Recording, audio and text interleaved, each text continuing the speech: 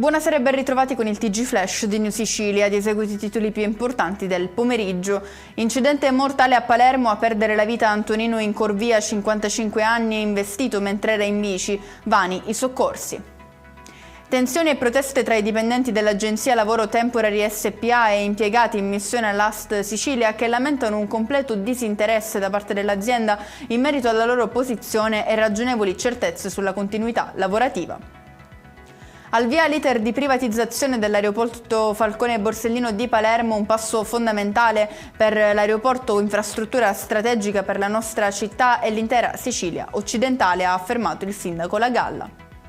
In Sicilia sempre meno raccolta differenziata è quanto emerge dal dossier presentato oggi a Palermo in merito alla gestione dei rifiuti nell'isola, criticità soprattutto a Catania e Palermo.